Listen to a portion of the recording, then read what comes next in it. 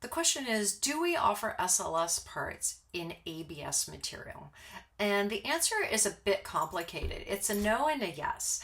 So there are processes such as FDM that work with and use ABS material. However, and because we were the first company in Canada to own FDM, that process builds components by extruding them one layer at a time. So although the material is actually ABS material, the integrity of the part isn't the same as it would be if it was an injection molded part in ABS. Which brings me to the yes part.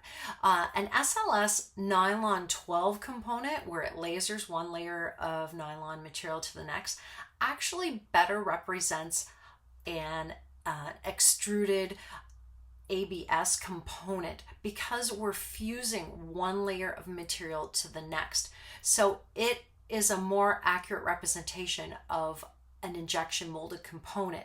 So because those parts can be tapped and drilled and snap fit, it better represents an ABS part versus an FDM part that was extruded with ABS.